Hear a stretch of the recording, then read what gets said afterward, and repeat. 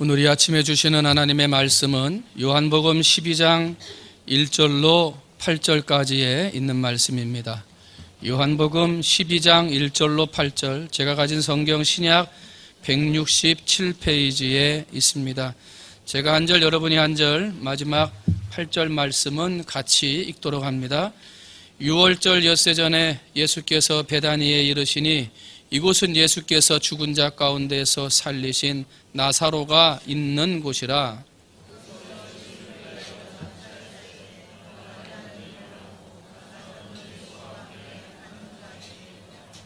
마리아는 지극히 비싼 향유, 그 순전한 나드 한 근을 가져다가 예수의 발에 붓고 자기 머리털로 그의 발을 닦으니 향유 냄새가 집에 가득하더라.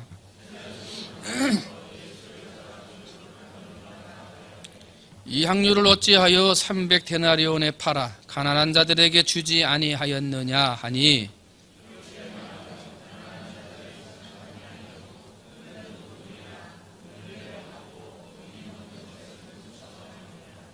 예수께서 이르시되 그를 가만두어 나의 장례할 날을 위하여 그것을 간직하게 하라. 가난한 자들은 항상 너희와 함께 있거니와 나는 항상 있지 아니하니라 하시니라. 아멘.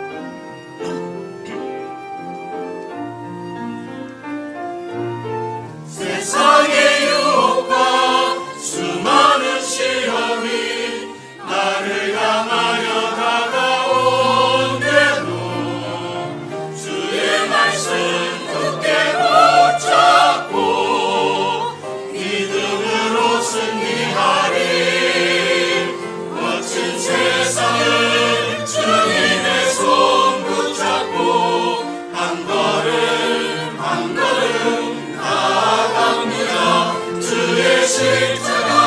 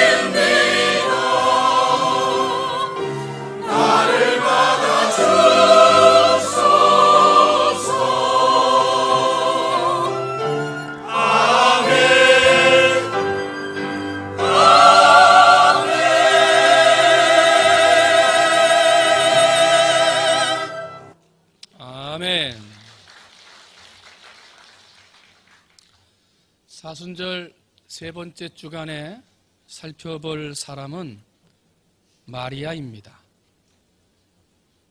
예수님께서 유월절 엿새 전에 베다니로 가시고요.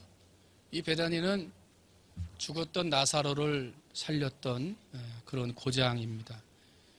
죽었던 나사로를 살렸던 예수님이 다시 베다니로 오신다. 잔치가 벌어집니다. 잔치뿐만이겠습니까? 잔치 그 이상을 벌려서라도 예수님을 맞이하고 준비해야 되겠지요. 죽었던 사람이 살아나고 죽었던 오라비가 다시 살아났는데 예수님에게 못할 일이 뭐가 있겠어요? 그런데 베다니에서 일어나는 잔치 자리에 나사로를 중심으로 한 마르다와 마리아 이 세 남매의 예수님을 맞이하는 준비의 모습이 달랐어요. 저는 오늘 이 세 남매의 예수님을 맞이하는 준비의 모습, 이것을 살펴보면서 함께 은혜를 나누고, 그 다음에 이 세 남매의 이야기 뒤에 가룟 유다의 이름이 등장을 합니다. 그래서 가룟 유다가 어떤 일을 했는지, 그 가룟 유다를 통해서 우리가 깨달아야 할 교훈의 말씀은 무엇인지 다시 한번 결론의 말씀으로 살펴보려고 합니다. 오늘 본문을 보면 예수님의 잔치를 준비하는 잔치 자리에 첫 번째로 등장하는 이름이 마르다입니다. 이 언니 마르다는 하나님께서 재주를 주셨는데 손 대접하는, 남에게 음식을 대접해서 그들에게 기쁨을 주는 은사를 주셨어요. 그래서 지금 예수님이 온다고 하니까 집에 있는 거 다 뒤집어내고 끄집어내고 해가지고 예수님이 드실 음식을 준비를 하는 거예요. 잔치 자리에 올 손님들 먹여 살리기 위해서 지금 그 구석탱이 부엌 구석에 들어가서 지금 음식을 막 준비해요. 그런데 구석에 들어가서 불과 함께 음식을 만드는 일인데도 힘들지가 않아요. 어렵지가 않아요. 그 마음에 오히려 힘들게 음식을 준비하는 일이 기쁨이 되고 아주 행복해요. 예수님이 음식을 드실 것을 생각을 하니까요. 예수님이 음식을 드시면서 야 맛있다 이거 말할 걸 생각하니까요. 너무나 행복해요. 그래서 그 불구덩이 앞에서 막 음식을 만들면서도 마르다는 행복했어요. 그게 뭐냐면 사랑이에요. 사랑으로 일을 하면 행복해요. 사랑으로 일을 하면요 힘들지가 않아요. 불구덩이 앞이라 아니라 어디 앞에 가서 일을 해도요 사랑이 있으면 안 힘들어요. 마르다, 하나님이 주신 은사가 음식을 대접하는 것인데 예수님을 너무 사랑하다 보니 안 힘들었어요. 여러분, 사랑이 회복되시기를 주님의 이름으로 축원을 드립니다. 혹시 일하는 게 힘들지 않아요? 봉사한다고 하는데 혹시 짜증 안 납니까? 사람들 앞에 서서 직분을 받고 봉사한다고 하는데 기쁨이 없지 않아요? 사랑이 없는 거예요, 사랑이. 사랑이 있으면은요, 무슨 일을 해도 행복해요. 무슨 일을 해도 기뻐요. 여러분, 사랑이 회복되시기를 주님의 이름으로 축원을 드립니다. 히브리서 13장 2절을 보면 손님 대접하기를 잊지 말라. 이로써 부지 중에 천사들을 대접한 이들이 있느니라 그랬고요. 로마서 12장 13절에 성도들의 쓸 것을 공급하며 손 대접하기를 힘쓰라 그랬어요. 성경은 손님 대접하기를 힘써라, 그리고 성도들의 쓸 것을 공급하라 이렇게 가르쳐주고 있어요. 비단 마르다처럼 음식을 만들고 공개하고 나누어주는 재주가 없어도 성도는 그렇게 살아야 된다 하고 가르쳐줘요. 창세기 18장을 보면 아브라함이 마물의 상수리 숲을 근처에 있는 장막문에 앉아 있다가 멀리서 세 사람이 다가오는 걸 봐요. 그런데 사람 같지가 않았어요. 성경은 여호와 하나님이었다 그래요. 아브라함은 손님을 세 사람 대접을 했지만 사람을 대접한 게 아니라 하나님을 대접한 게 됐고요. 창세기 18장 10절 말씀 보니까 내년 이맘때 내가 반드시 너에게로 돌아오리니 너의 아내 사라에게 아들이 있으리라. 갖지 못했던 아들, 백사가 되도록 가까이 오도록 아들을 얻지 못했던 그 가정의 소원을 이루어주겠다는 복을 받았어요. 뭐 한 다음에? 대접한 다음에. 열왕기상 17장 14절을 보면 사르밧 과부가 나와요. 계속된 기근으로 어려움이 있었고요. 이제는 자기 아들과 함께 한 번 떡을 만들어 먹을 만한 한 움큼의 밀가루와 기름 조금밖에 안 남았어요. 이것으로 먹고 함께 죽음을 준비해야 될 형편이었어요. 그때 엘리야를 만나요. 하나님의 종 선지자, 나를 위해 음식을 만들라. 이것밖에 없습니다. 그래도 먼저 대접하라. 그 결과가 어떻게 됩니까? 열왕기상 17장 14절 보니까 엘리야를 영접하고 대접했더니 여호와가 비를 지면에 내리는 날까지 그 통에 가루가 떨어지지 아니하고 그 병에 기름이 없어지지 아니하더라. 대접하니까 복 받더라는 거예요. 대접하니까 하나님의 복이 임하더라는 거예요. 근데 어떻게 대접해야 돼요? 기쁘게, 사랑함으로, 감사해서. 여러분 그렇게 대접하고 그렇게 봉사해서 하나님 앞에 여러분의 소원이 있는 거 내가 그 소원 응답해 주리라, 이런 응답과 복을 받는, 잘 대접함으로 복 받는 우리 성도들이 되시기를 주님의 이름으로 축원을 드립니다. 이렇게 말하다가 나온 다음에 두 번째로 보면 그 다음에 보니까 등장하는 사람이 나사로입니다. 나사로는 어떤 사람입니까? 죽었다가 살아난 사람이에요. 근데 그냥 집에서 누워있다가 야 죽었어 하고 집에 침상에 누워있다가 살아난 사람이 아니에요. 어두운 동굴 속에 나흘이나 갇혀 있었어요. 그냥 갇혀 있었습니까? 아니요. 시체에게 동요매는 배를 칭칭칭 동요맨 채로 나흘 동안이나 컴컴한 굴 속에서 죽음의 지경에 있었던 사람이 나사로예요. 누구 때문에 살았어요? 예수님 때문에 살았어요. 그런데 나를 살리신 예수, 나흘 동안 죽음 가운데 있었던 나를 살려주신 그 예수님이 지금 내 옆에 있어요. 나와 같이 밥을 먹어요. 나와 같이 대화를 해요. 그러면서 내 속에서 하나님에 대한 사랑과 예수님에 대한 사랑을 대화를 하면서 깨닫는데 이보다 더 행복할 수가 없어요.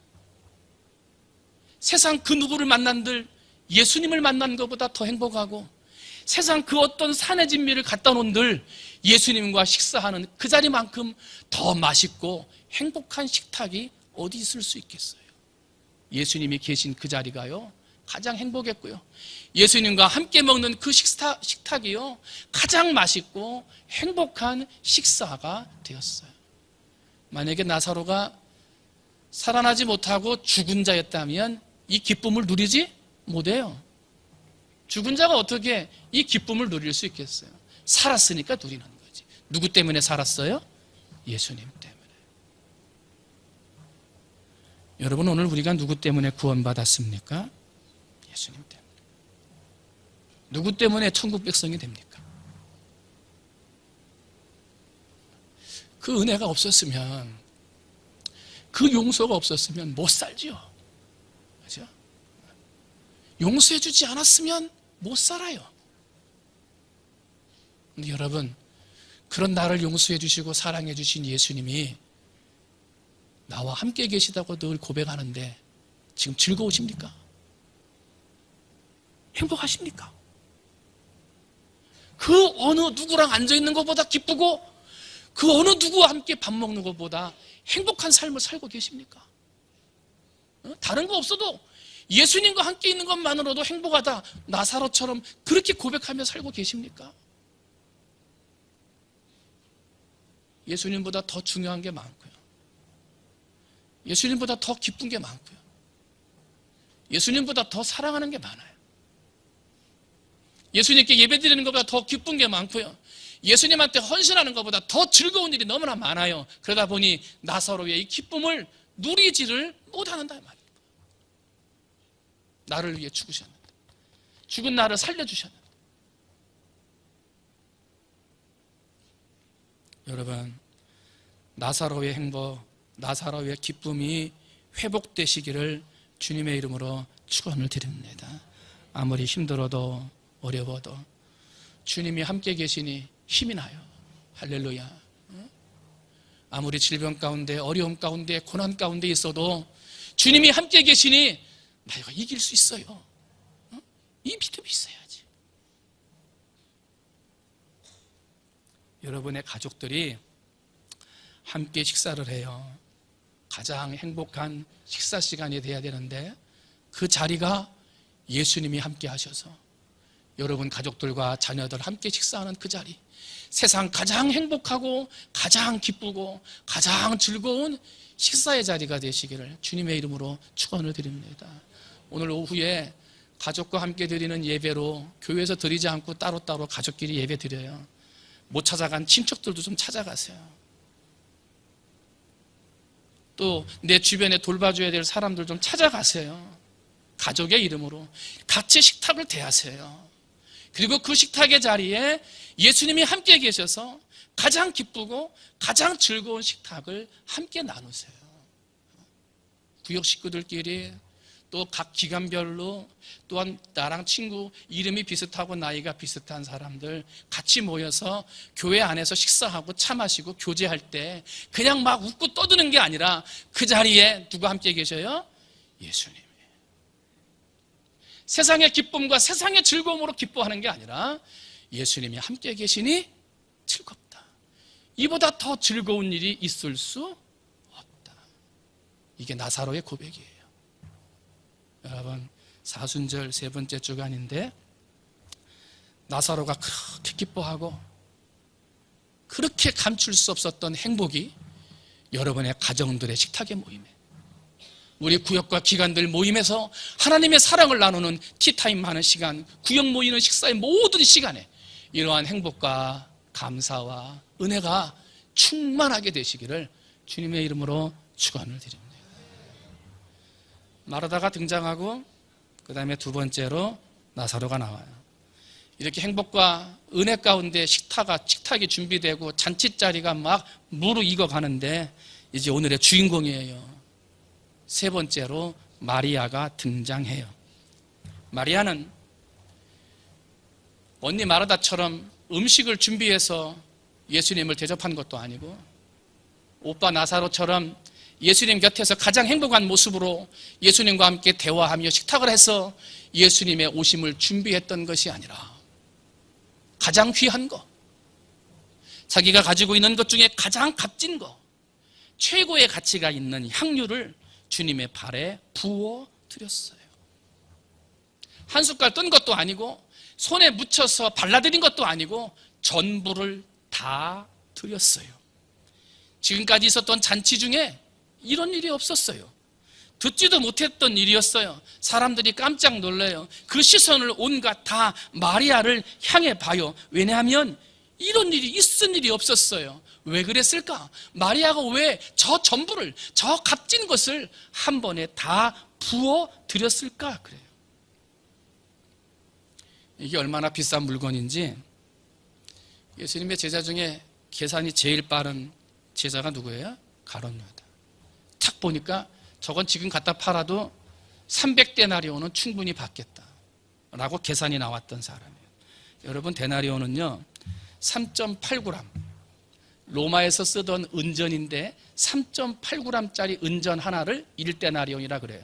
이 1데나리온의 가치가 얼마냐? 오늘날에 말하면 하루 사람들이 일할 때 일당을 이 1데나리온이다 이렇게 얘기를 해요. 만약에 일당을 5만 원 친다 그러면 이 300데나리온 어치는요 1,500만 원 어치예요. 만약에 우리의 일당을 10만 원으로 친다 그러면요 이 부어드린 향유의 가치가 3천만 원이에요. 한 번에 부어드린 거예요. 한 번에. 그러니 값비싼 거고 그러니 귀한 거니까 사람들의 시선이 다 마리아에게 가 있는 거예요. 부어드린 다음에는요 다시 주워 담을 수도 없었어요. 가장 귀한 향유를 한 번에 다 부어드렸어요. 왜 그랬을까? 한번 따라합니다. 감사해서. 왜 그랬다고요? 감사해서. 여러 가지 은혜가 받은 것이 있고 예수님의 말씀을 통해서 감사한 것이 많이 있었지만 마리아의 마음에 가장 감사한 건 오빠를 살려주신 거였어요. 중한 병으로 무덤에 누워서 들어간 지 나흘이 돼요. 살 소망이 전혀 없었던 오빠, 모든 세상에 다 포기하고 좌절 가운데 쓰러져 있었던 그 절망의 순간에 예수님이 오셔서 권능으로 살려주셨어요. 나사로는 집안의 기둥이에요. 부모님이 계시지도 않았어요. 만약에 오빠마저 죽는다면 마르다와 마리아는 고아와 다름없이 살아야 할 판이었어요. 그런데 그런 오빠를, 그런 귀중한 오빠를 살려주시니 그 은혜를 생각하면 300데나리온이 아니라 그거보다 더 값진 것이 있었다면 그것도 드렸을 거예요. 왜냐하면 예수님이 가장 귀한 분이셨기 때문에. 그 300데나리온 향유보다도 예수님이 더 귀하고 예수님이 더 값진 걸 알았기에 마리아는 다 드렸어요. 감사함으로 다 드렸어요. 우리는 10명의 나병 환자 사건을 알아요. 예수님이 다 고쳐주셨는데 와서 감사합니다 하고 인사한 사람은 한 사람이었어요. 오늘날도 수많은 사람들이 예수 앞에 은혜를 받았다 하고 예수님의 은혜에 감사합니다 말은 하는데 예수님 앞에 와서 직접 감사를 표현하는 사람들은 점점 적어져 가고 있어요. 사도 바울은 골로새서 4장 2절에 이렇게 권면합니다. 기도를 계속하고 기도에 감사함으로 깨어 있으라. 기도를 계속하고 기도에 감사함으로 깨어 있으라. 기도 쉬는 죄를 범하는 거 이것뿐만이 아니라 참된 성도, 하나님이 기뻐하는 사람은 기도 쉬는 죄를 범하지 않는 성도일 뿐만 아니라 감사하는 것을 쉬어서도 안 된다. 기도함으로 깨어서 항상 감사해라. 사도 바울이 가르치고 있는 거예요. 그게 참된 성도예요. 여러분 어떻게 살고 계십니까? 정말 감사하고 계십니까? 정말 감사함으로 내 가장 값진 것, 내 가장 소중한 것을 예수님 앞에 드릴 수 있는 분들이십니까? 마리아는 가장 좋은 걸 드렸어요.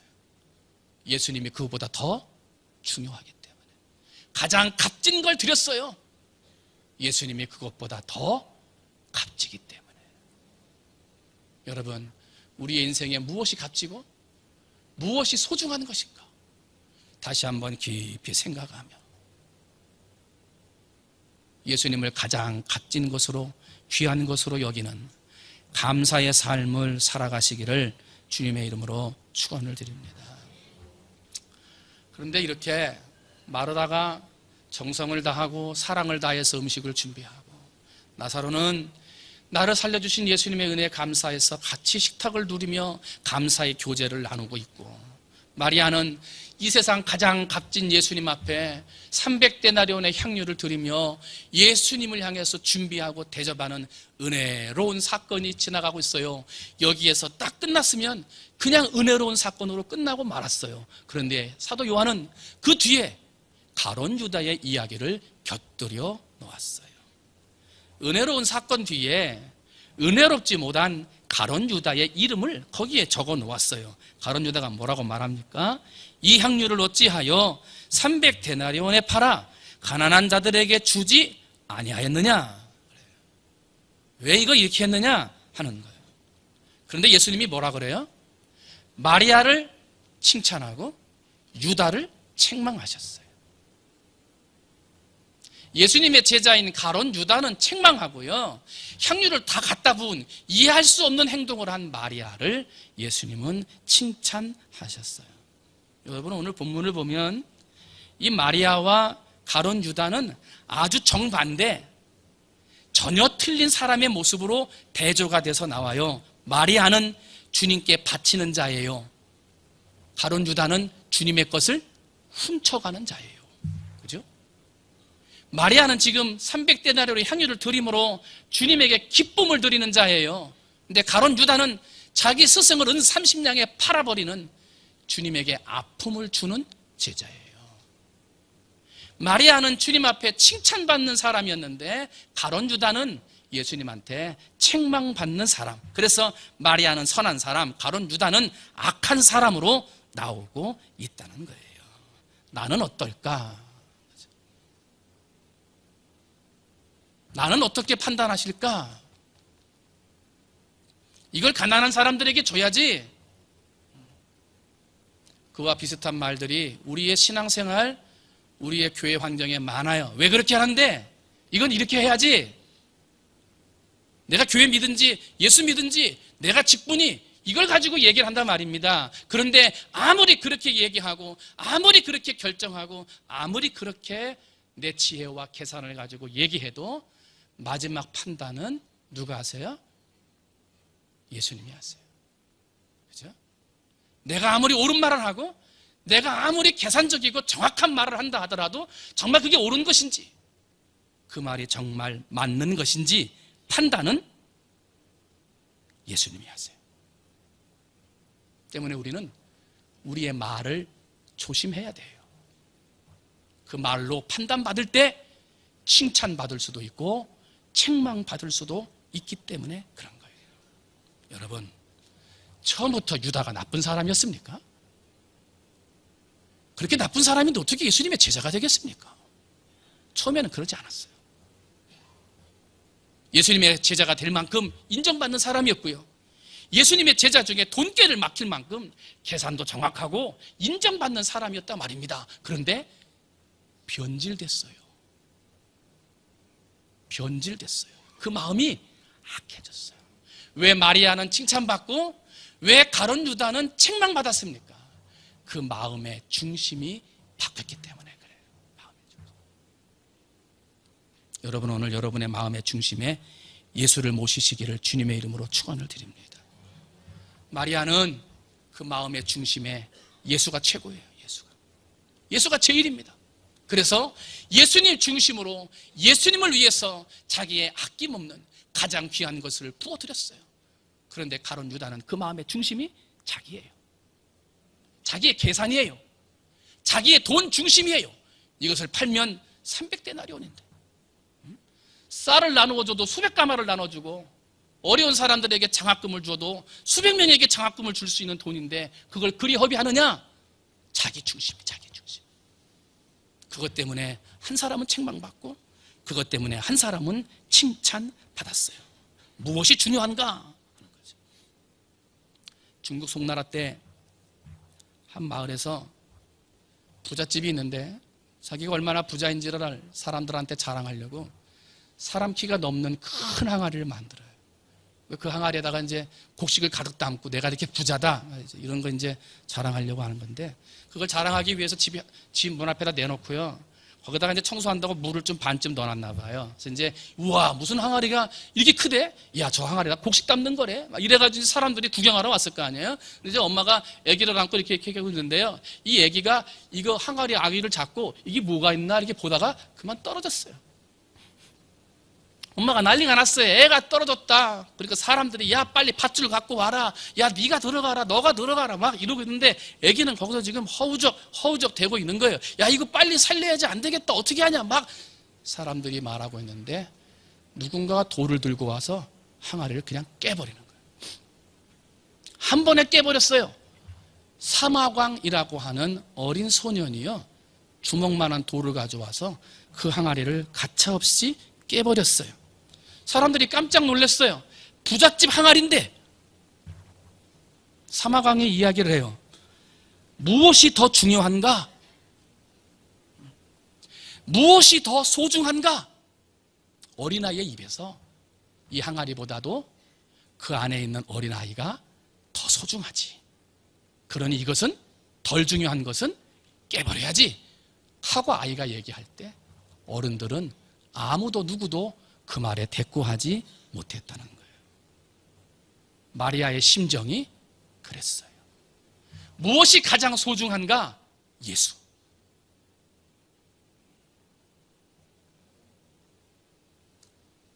마리아의 마음의 최고는 예수요. 그 중심의 전부도 예수예요.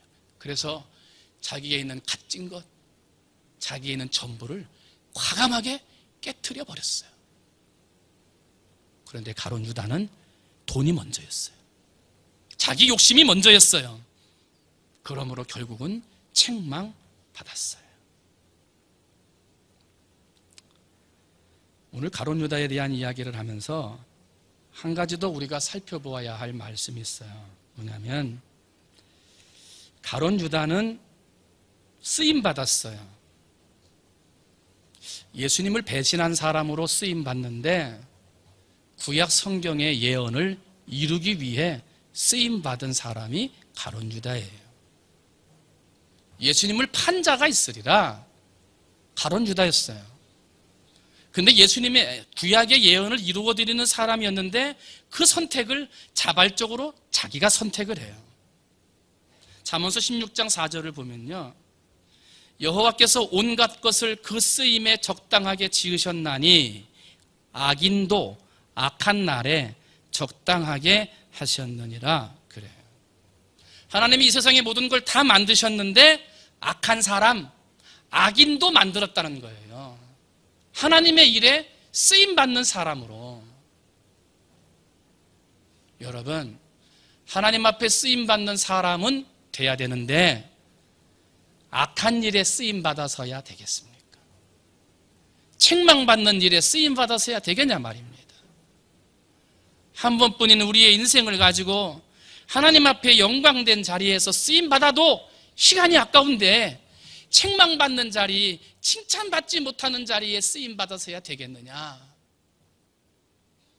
여러분, 사순절 기간 동안에 나는 어떻게 쓰임받고 있는가 돌아보세요.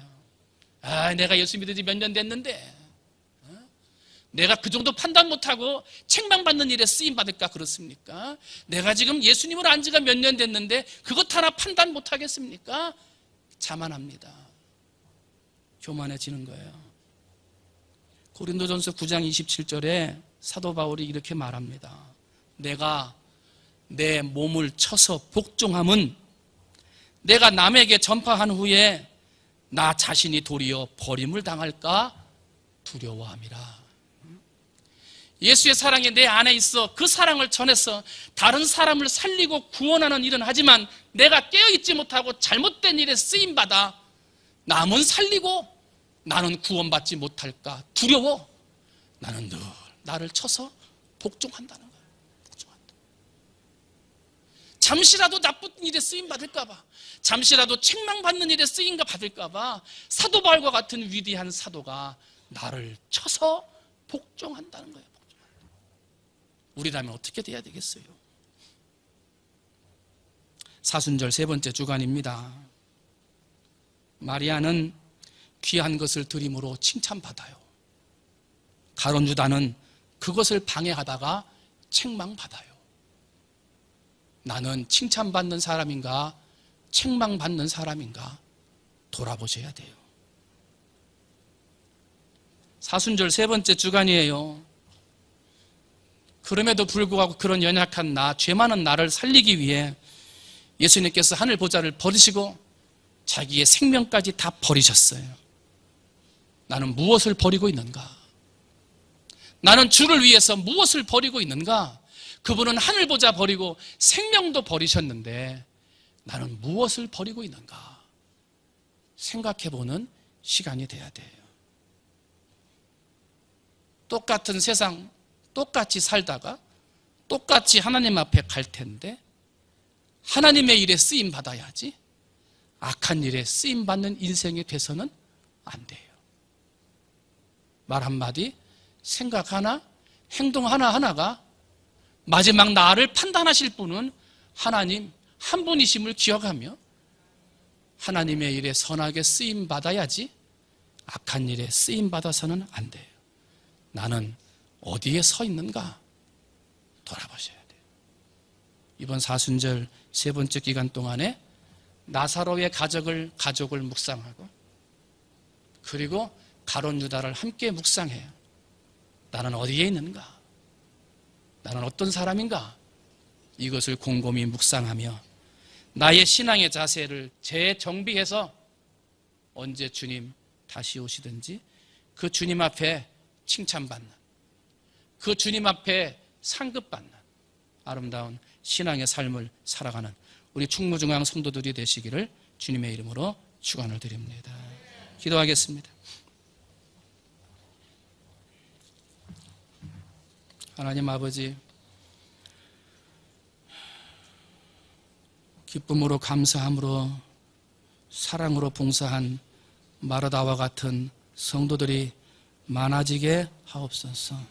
억지로 마지못해서 사람들에게 보이려고 하는 봉사가 아니라 기쁨으로 감사로 마르다처럼 일하는 일꾼들 되게 해 주옵소서.